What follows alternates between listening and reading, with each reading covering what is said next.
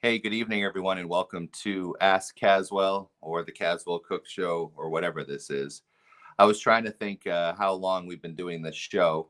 I want to say it's over 3 weeks now, which is pretty crazy. And you guys have tuned in every night or many nights, and I thank you for that. We're not exactly sure what we're doing in this whole crisis, and there's a lot of anxiety out there, and this has helped me to have something to look forward to every night, to be able to get out and talk to people. Hi, Nancy. Hi, Debbie. Hi, Vincent. Hi, Amy. Hi, Vinny, Tina, Grace. A lot of folks out there that are watching. Patricia, thank you all for tuning in. Mark, good evening to you as well. Mia is our number one our watcher or listener, which is pretty cool. And it's great that we have Westerly Live to also broadcast this on. So you're seeing this. Hey, Vincent, you're seeing this at on different streams. So the way we've got with this technology is instead of it just being on my Caswell Cook personal page, we're now on the Caswell Cook Show page. And we're also on Shane Belanger's Westerly Live page, which is a really cool page. And then we go and share it to folks on Misquamicut page and different things like that. So it's pretty cool how we're really getting out there. And each show, by the time 24 hours goes by, is being seen by between 1,500 and 2,500 people, which is just amazing. And we've had some great guests like John Ford Coley and the Lieutenant Governor and Governor Chafee. And who else have we had on the show? Well, we're still waiting for Gina Raimondo. We've asked her, and we're hoping that she'll just give us the go-ahead one night. We also have some great guests that are lined up coming up.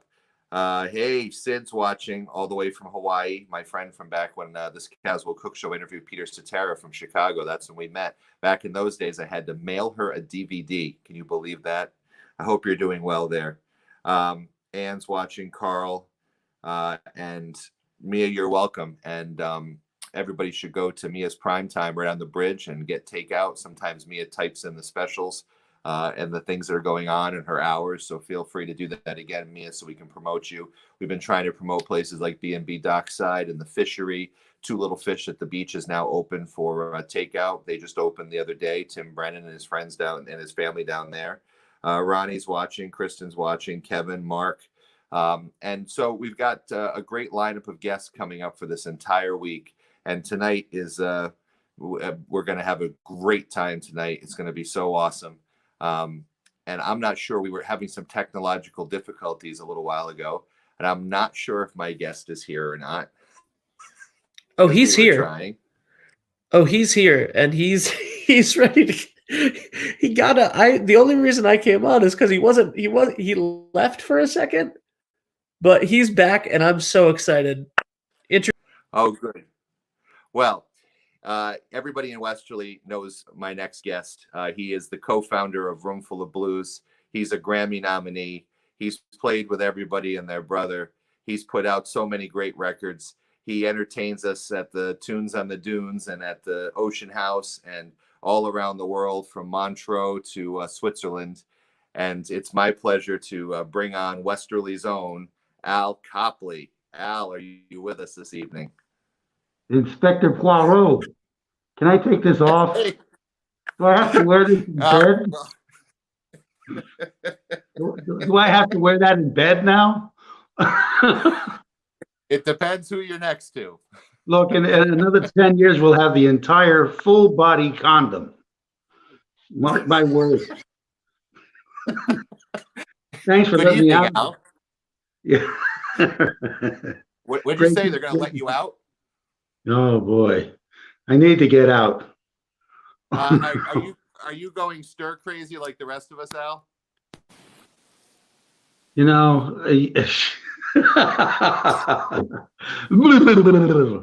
when my wife starts painting Poirot faces on a mask, I'd rather use it for a bathing suit, frankly. That would be scary. Going swimming again. Where are you right now that you're calling us from? Where are you? I'm next to Cambodia. It's a town called Putnam.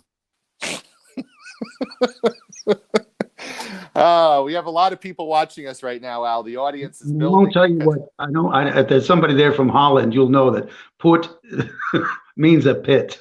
But Portland is a great place, and believe me, I'm getting the garden done, man. So let me ask you. I'm sure all the gigs are canceled, right? So what do? You just wait. I'm off for 2 months, completely off. We were in Paris in March. I was in Europe for the winter, so I had my quintet in Bern for over New Year's, and then I went to Gstaad and saw Roman Polanski again. As people do. Yeah, well, great guy. Reminds me of the Soloveitsiks. I shouldn't say that, but now, Al, your connections to we're not going Westerly. into that, are we? I mean, it's almost like politics. No, we're not going there.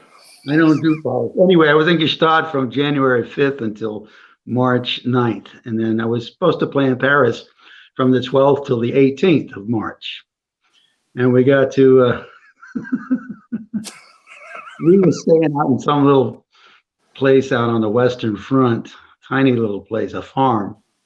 And at 6 o'clock in the morning, my bass player, Lou Boccarelli, calls me. He says, "The good news is I just got to Paris. The bad news is I'm going home tomorrow."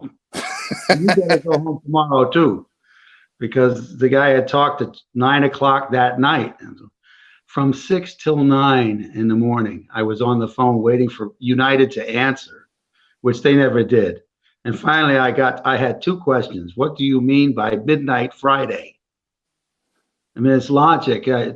I'm digital, believe it or not. This old dog is digital. And 23:59 is the last minute of Thursday, and 0000 is the first minute of Friday. Is that what midnight Friday means? So then the second question was, you have an exemption for American citizens. Good.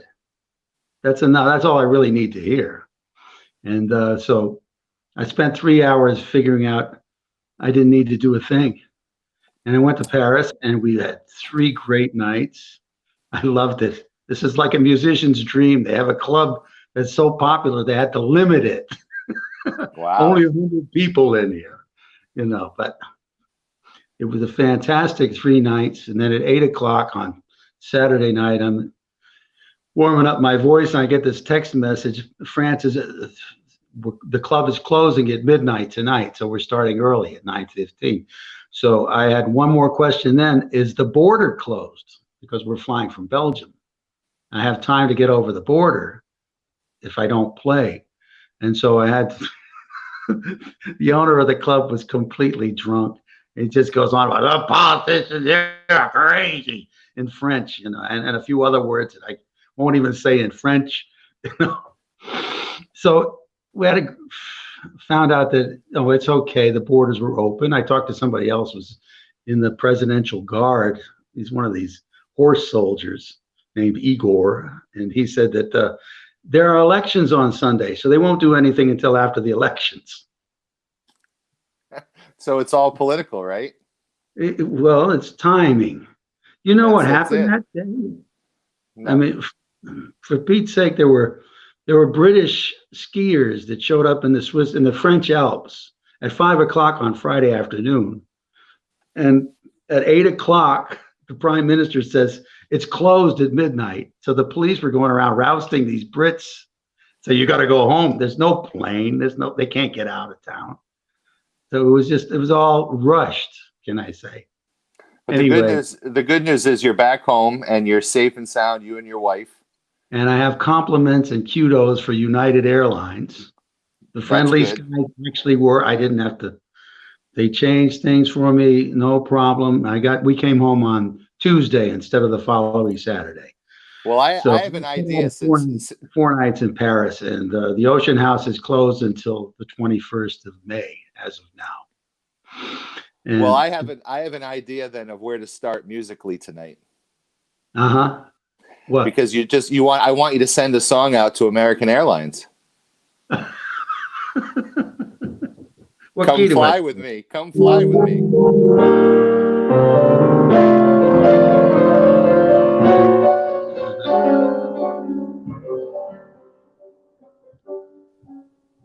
they don't do it that way anymore. They have like a hip version of it, you know.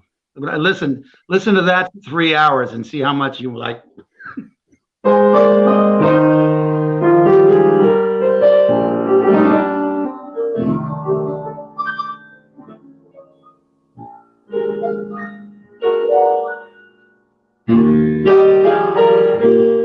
Is that enough? Well, I was. It's whatever you want. This is a. I want to see the other night we had Denny Lane. Come fly with me, we'll fly, let's fly away. Wouldn't I like to? If you can use some exotic booze, there's a bar in Westerly. Come fly with me, we'll fly, let's fly away.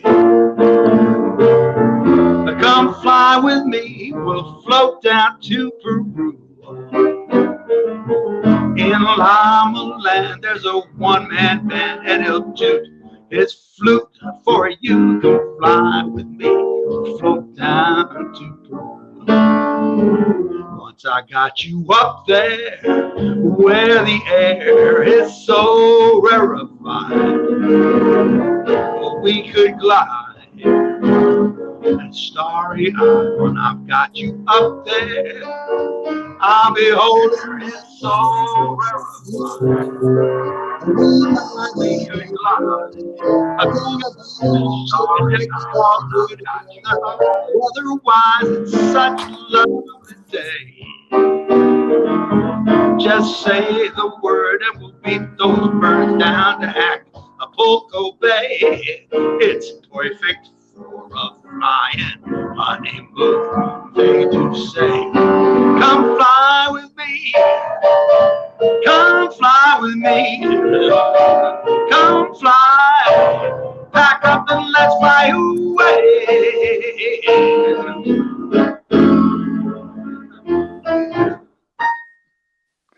Wow, Al Copley, the human jukebox. Now, Al, I have some great old photos of Roomful, so I want you to tell us a couple of quick stories. Back in 1967, 68, 69, tell us about those years in Westerly and how you and Greg and the other guys got Roomful together. How did it happen? I thought you were going to show me pictures. Oh, this is a Vinnie Scarano picture at the Nick. You know, I was so dumb in those days. There was this KC plaque on behind the stage. And I thought, well, what does this mean? Kansas City or Knights of Columbus? Well, 2 years ago, Paulie Vitorito said, oh, of course, it was a Knickerbocker Club. Oh, there you go. Knights of Columbus, Knickerbocker Club. That's good. Because, I mean, what can I say? This, what's to say about that band? Well, tell us something about it. Like, you know, we have a photo too, and I don't know if Ben can find it, but that really great photo of you and Franny Christina's in it. What was it? Eddie Partagoni and Duke. Okay. I'm not sure. Chill at the Norman Castle.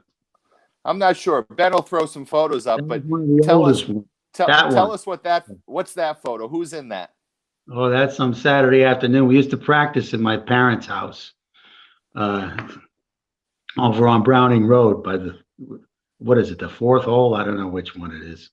I don't know, but when I was mowing the lawn, I used to get golf balls. So in the front row there, so that's Fran and Duke, and then in the back on the left is you, and who's on the right? Larry Peduzzi. Larry Peduzzi. Why was I thinking Eddie Partagoni? It was a great little band. We were freaks. Look, we were not interested in an audience at all. That's what made us so. We were really weirdos. I mean, we got into the blues, and it was like I wanted to know. I listened to the Stones and the Beatles and the Animals, and I wanted to know, where did these songs come from? And so I looked up. Jimmy Reed was pretty easy to find. I could find a Jimmy Reed record, but who was McKinley Morganfield? Who was Chester Burnett? And it took me a long time to figure out. But once I figured out McKinley Morganfield was Muddy Waters, Chester Burnett was Howlin' Wolf, I was off and running. Stopped listening to British blues after a few more years, and really got into all this music that was always around, but we never saw it in Westerly, right? It was invisible to us. And we would get together and we'd try to learn these records. We'd share records and get into it. We were so into it. And it was just like, what is this music? And we ate it, we slept it, we drank it, we lived it, we breathed it. And we didn't want anything to do with an outside world. There was this whole world of records and all kinds of people that we didn't even know were there. And in those days, in the late 60s, the R&B people in New York really didn't want to hear about Louis Jordan. They were into, I had a discussion with a guy who's, rest his soul, he was my age. He was Tina Turner's accompanist, pianist after Ike left. And I met him in Switzerland, Kenny Moore. It's funny because when I went to Berkeley, I got all these Copley Square jokes, and I used to joke and say, I'm going to change my name to Kenny Moore. And I met, he was playing with, and we had a discussion about, birthright and all this. I said, Kenny, in 1968, were you listening to Otis Spann? And he said, no. I said, you were listening to James Brown, right? He says, oh, yeah, man. I said, of course, you wanted to be contemporary. You didn't want to have any association with that old stuff that represented a lifestyle that you guys didn't like. And I dig that. But I was into Otis Spann. And so, okay, it's music. I heard B.B. King in 1998 do an interview in Montreux, which he said, it's a weird thing to say, but he said he thought that the blues belonged, the future of the blues was with white people. Now, why on earth am I talking this way? It's not white or black or anything. But I will tell you that growing up in Westerly, this music was invisible to us. And then we discovered it. Roomful of Blues discovered those four guys there and a few other people. And it was uncovered to us. That's what discovered means, to take the cover off, to take off this thing, just be real. So we showed all our people. People used to throw glasses at that band. They hated us. You can't dance to it. Why don't you play Chicago or Santana music? And we thought everything else was stupid.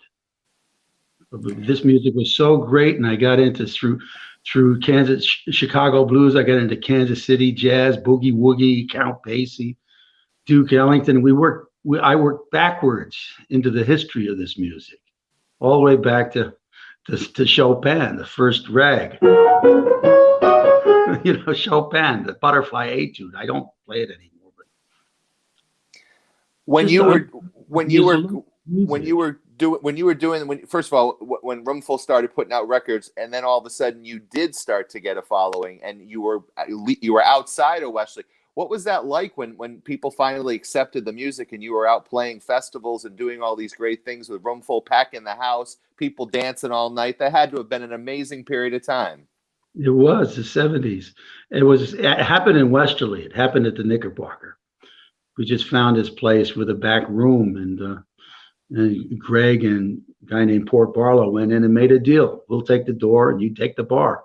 We charged $1 to get in. It was a Monday night in the summertime, and 300 kids showed up. I don't know why. I really don't know why, because they said, you can't dance to this. And all of a sudden, kids from Westerly, from Mystic, from Watch Hill, they figured they could mix and they could dance together. They started dancing. And it was the next week we changed it to Sunday and charged $3, and 500 people showed up. So it went like that, and it became a routine, as you know. It was Friday night was beach night, Saturday night date night, and Sunday night the Nick, all July and August. And then we extended that into Thanksgiving because we were young then. Now look, Thanksgiving, everybody comes back and they're there with their families all day, and they're trying to hold back, or maybe they went to the football game like me and got totally sloshed at 9 a.m. and then ate all afternoon, and I was ready to go out. So we had some of our biggest crowds on Thanksgiving or Easter because kids had been home too long. It was a young band. It was a kid band with a kid following. it was. I asked Will Vogt. I said, why did you guys like this band? And he said it was different. You bet it was different. But the music itself was all for dancing.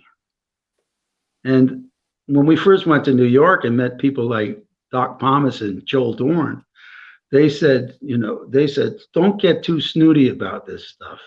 You'd be surprised what your heroes would do to get an audience going. I can imagine. So now tell me, so, I was not around in the 70s while I was a little tiny kid. My dad went and saw you guys. And I remember when your first solo album came out, I think it was Automatic Overdrive in like 1985-ish. I could be wrong with the years. And that's when I was first introduced to your music, because my dad went to Looney Tunes and bought the record, and you were off in Europe. And he told me about this guy, Al Copley, the greatest piano player. So that's how I discovered you. So it wasn't until we did the Roomful 40th anniversary back in 2009-ish at the Guard that I actually heard, with the exception of the drummer, the original lineup play. And I was just blown away. There's something magical about you guys. And so why don't we fast forward? I know you left for years, and I want to go back to that. But in the past decade, you guys have been playing together, or at least a core group of you have. What's that like? And you guys are going by the name of the Founders now. Yeah, it's really fun. We just play for the fun of it. Well, I'll put it this way. When you get divorced from somebody, you don't go back and have fun with them. You can but you can be friends. But when a band breaks up, it's kind of the opposite. You don't really have to be friends, but you can have all the fun you want. And in fact, what's beautiful about this is, yes, we are friends. We grew up together, and we learned this music together. And when I hear Ray Charles playing T-Bone Walker on the, he's playing T-Bone Walker because he missed him, and I missed Duke. So I played blues licks, guitar licks on the piano, and I can hear when he's playing piano.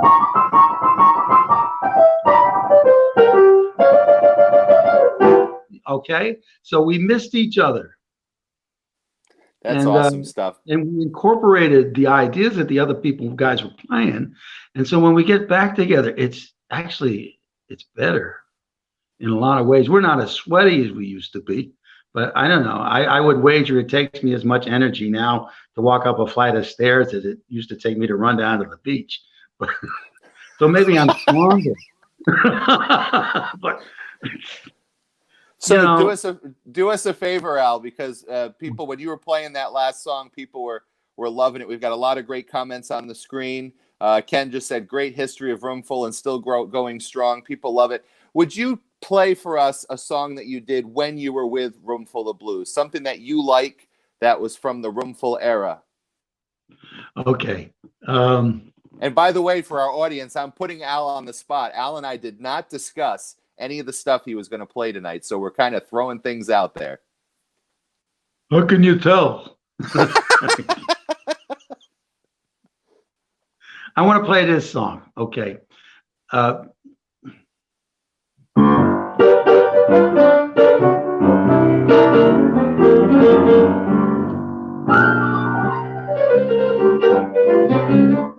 Some people say I'm dead, but it's all just a big mistake. Some people say I'm dead, but it's all just a big mistake. Some people say they went to my funeral, and some say they went to my wake. I used to run around drinking whiskey night and day. I used to mess around drinking whiskey night and day. Yeah, I always had me good women, and I stayed out of their way.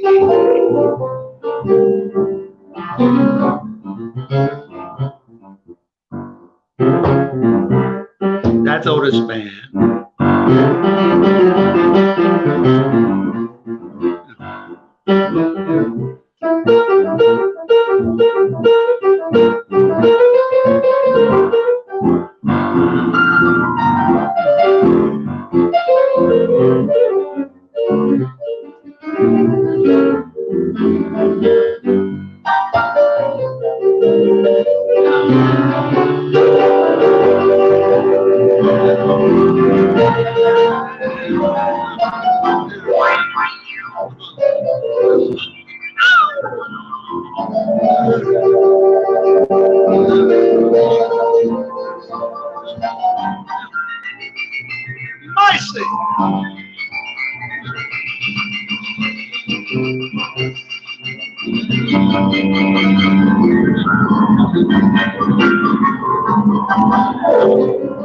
Well, I'm in a bad condition,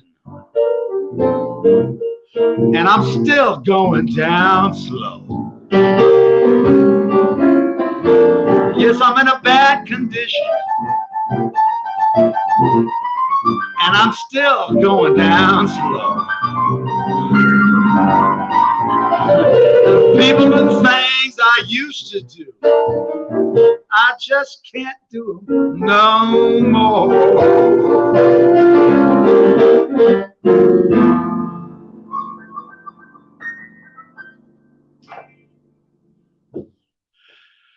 Well, that's awesome, Al. Now, Al, while you were doing that, people were having all kinds of thumbs up and hearts and emojis. Kristen said nothing better than the sound of that piano, Al. So you're making a lot of people happy tonight that can't get out and see you. But we did have a person ask a question to tell us a couple stories about Porky Cohen. None of them are legal. That's all right.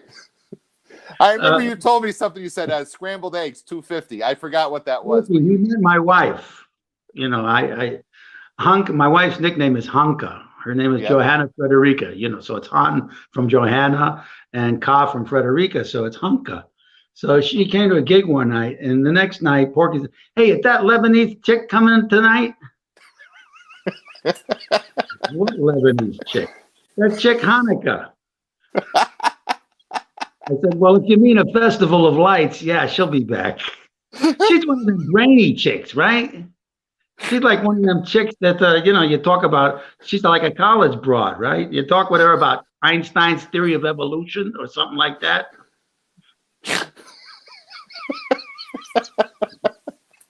All right, I'm going to stop now. So now we talked about Roomful, and now you've had many years as being a solo artist. You've had some great albums that you've put out. But tell me about some of your collaborations. Tell me about how you got involved with the Fabulous Thunderbirds, I think through Preston and Franny, and then you recorded an album with them called Good Understanding. How did you get together with the T-Birds?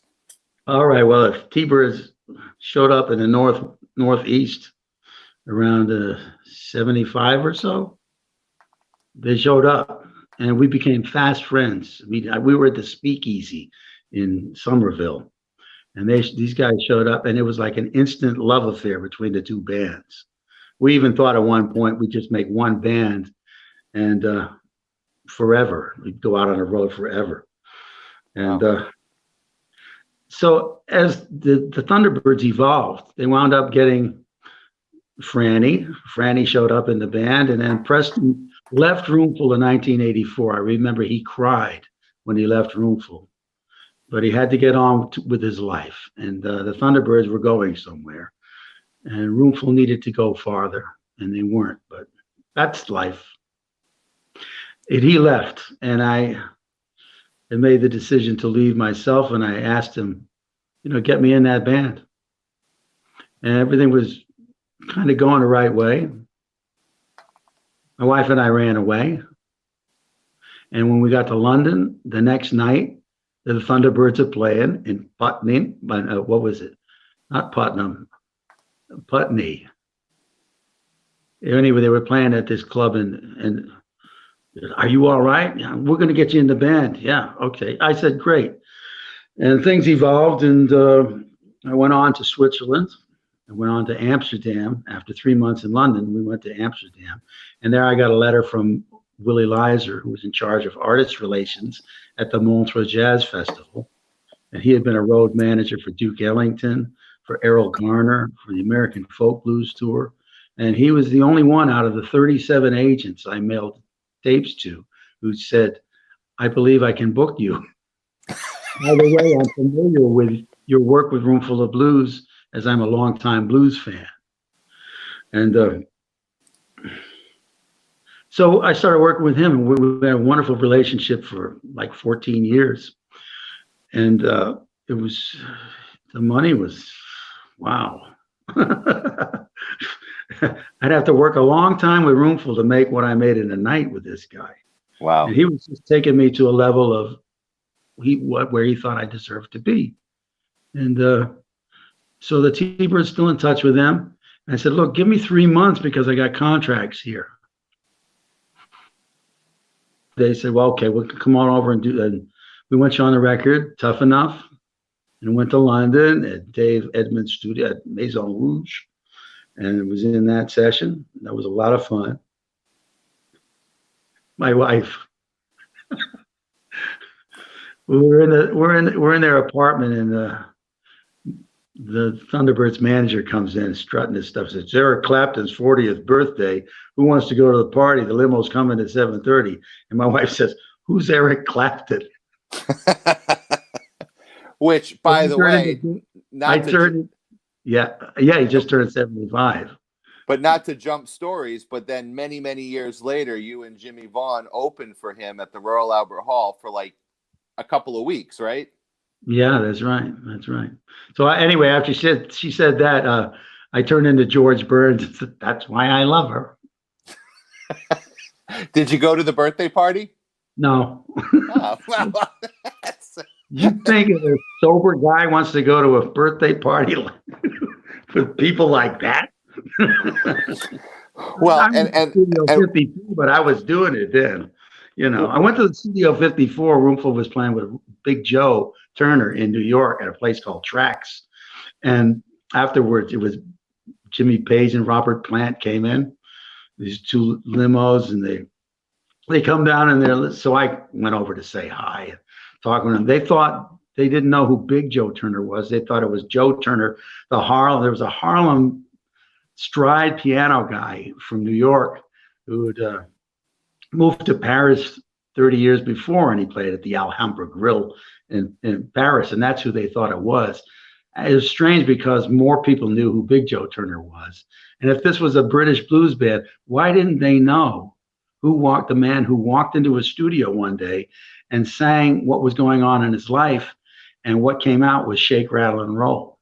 He was just singing off the top of his head about his life. That was Big Joe. He was a genius. So they didn't know who Big Joe was, but Joe would night, and then he would play some songs with Joe, and the Roomful would back up Joe. And his name was Lloyd Glenn, and this guy was a consummate pianist. He's a pianist. I loved him dearly. He was, for as drunk as Joe was, Lloyd was that crystal clear. And he was standing out. Jimmy Page and Robert Plant showed up, and he watched the two limos showed up. They were in separate limos, by the way. And he asked Doug, I said, who's that guy? Who are these guys? He says, oh, that's Led Zeppelin. So the next night, they're both standing out front watching the limo show up. Lloyd says to Doug, you think that gangster's coming by again? What gangster? That guy Ted Zeppelin. Oh, who knows what?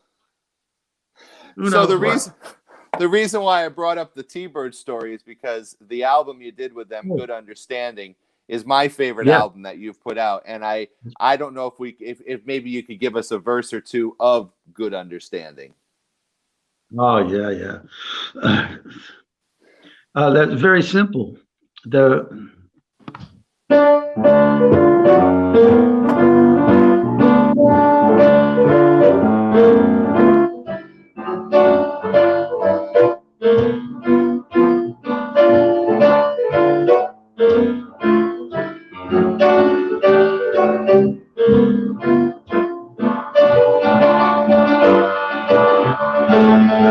When you see two women walking walking hand in hand, and neither one's worried about the other one's man. That's a good understanding. That's a good understanding. More good than it will make. When you see two dogs chewing on the same bone, and there ain't no growling or fighting going on, that's a good understanding. A good understanding. You know, a good understanding will make everything alright.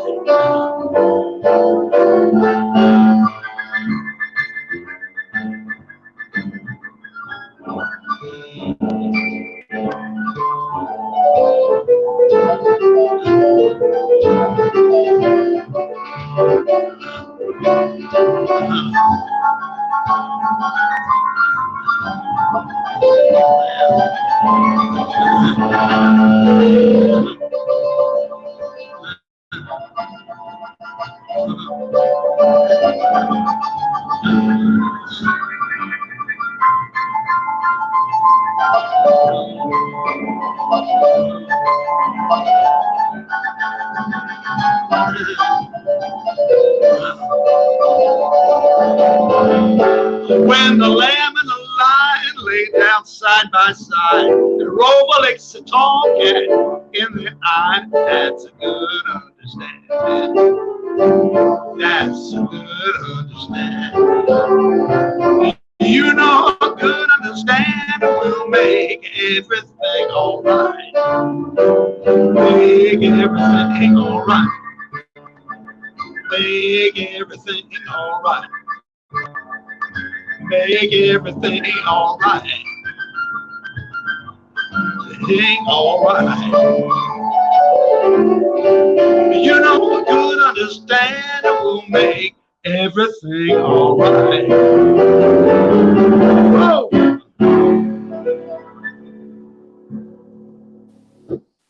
Thank you. That was a song by Willie Dixon, and I got it off a Memphis Slim record.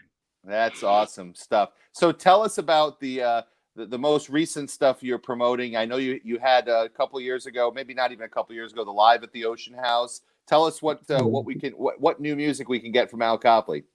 Beach Ball Blast. Well, this was a tune Roomful used to do, and Maria Muldaur heard us do this song.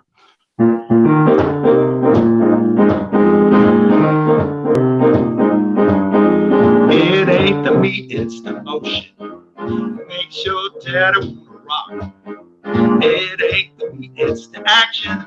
It's the movement that gives it a shock. Well, I had a girl so doggone thin. No meat, no bones, she was just all skin. One thing about her I can understand. She wraps around me like a rubber band. It ain't the beat, it's the motion that makes your daddy wanna rock. It ain't the beat, it's the action. It's the movement to give the shock. Well, you got some gals who are big and fat. Some fellas don't like to see them like that. But I like to see them big and tall. The bigger they come, the harder they fall. It ain't the beat, it's the motion that makes your daddy wanna rock all night. It ain't the beat, it's the motion. It's the movement to give the sun.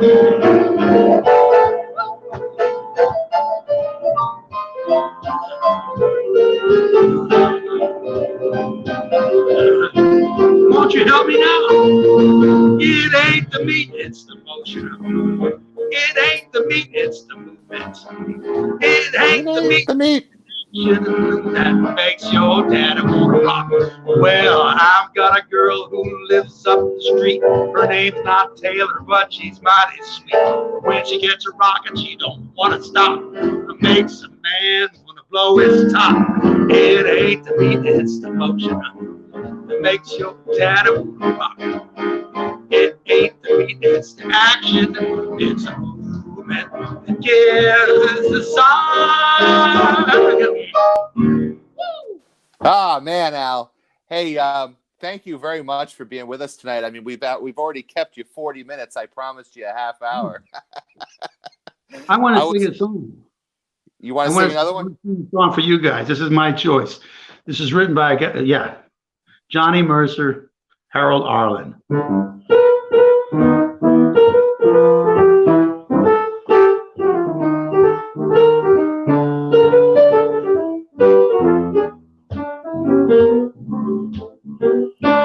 You got to accentuate the positive, eliminate the negative, latch on to the affirmative. Don't mess with Mr. In Between. You've got to spread joy up to the maximum, bring gloom down to the minimum. Have faith, or pandemonium's liable to jump up on the scene. To illustrate this last remark, Jonah in the whale, Noah in the ark, what did they do just when everything looked so dark? They said, man, we've got to accentuate the positive, eliminate the negative, latch on to the affirmative. Don't mess with Mr. In Between. No, don't mess with Mr. In Between. Stop at the top, don't say, oh yeah. Ladies and gentlemen, the great Al Copley. Hey, all right, listen, Al. You know what usually happens when you're playing a gig, right? Yeah. You play your last song, but then the audience is clapping and they want an encore. And so to get an encore, I want to see everyone put their hearts and thumbs and make hearts and thumbs go up on the screen here, which I'm starting to see a lot of people doing. And I'm wondering, even though I'm putting you on the spot, how about a little Great Balls of Fire just for us to go out with? How many you got? Like 1,500. No, I don't know. So there's more of them than there are of us. There's way more of them. You shake my nerves and you rattle my brain. Too much love drives a man insane. You broke my will, but what a thrill. Goodness gracious, great balls of fire. I let you laugh and I thought it was funny. You came along and blew me, honey. I changed my mind, it works fine. Goodness gracious, great balls of fire. Kiss me, baby. Ooh, that feels good. Only baby. Well, like I love you should. You're fine, so kind. Got to tell the world that you're mine. That you are nothing than the truth of my thumb. I'm all nervous, but it sure is fun. Come on, baby. You drive me crazy. Goodness gracious, great balls of fire.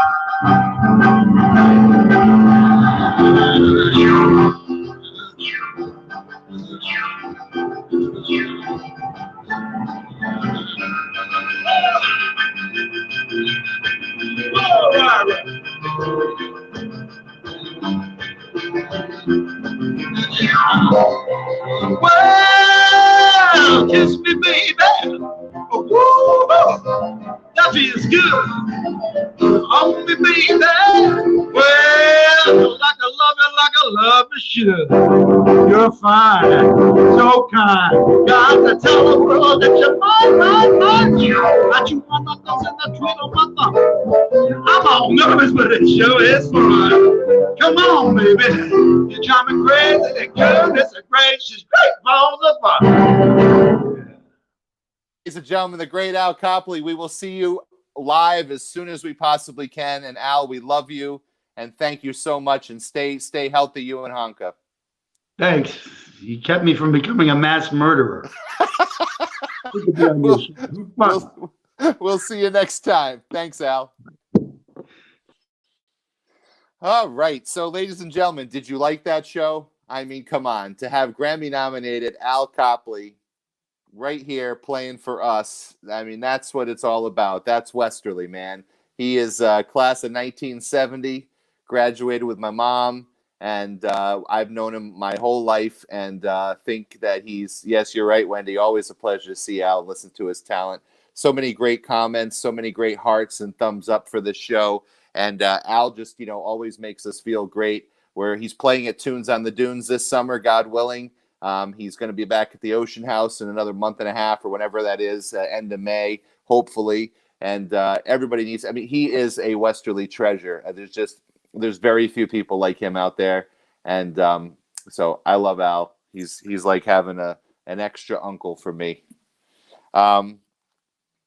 So this week we got a great lineup of guests every night on Ask Caswell. We're still trying to figure out if Tom Wopat's going to be here tomorrow night from the Dukes of Hazzard, because he's got issues with his flip phone. So I'm like, Tom, I text him and he like calls me and I'm like, he's like, I got a flip phone, man. And I'm like, well, do you have an iPad? We can make that work maybe. So we may or may not have Tom Wopat, my new friend from the Dukes of Hazzard. And also I want to thank Ben Barber, my producer, who does an awesome job. And I want to thank Seaside Pharmacy for sponsoring us and making this show continue to happen.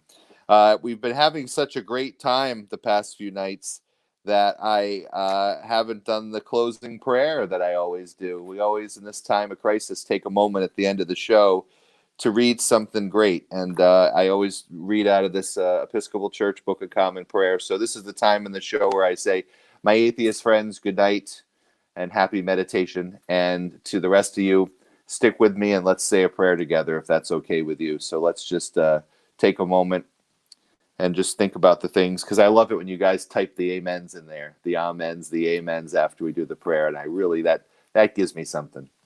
So let's take a moment and just say thank you for the things that are positive in our life. The things like having Al Copley here to brighten our mood and to play songs. I think he wanted to play those songs for us tonight as much as we wanted to hear them. I don't know if you agree with me on that, but just that's something to be thankful for, you know, and be thankful if you and your family are safe and don't have any troubles right now besides being stuck at home. So let us pray a moment. Keep watch, dear Lord, with those who work or watch or weep this night, and give your angels charge over those who sleep.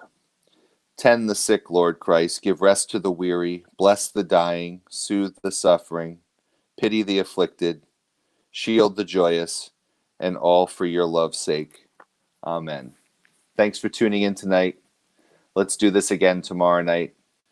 Let's just keep strong and Westerly and just keep plowing through, because I know we can each and every day. It's just a weird time we live in, but we can all do it. We will do it.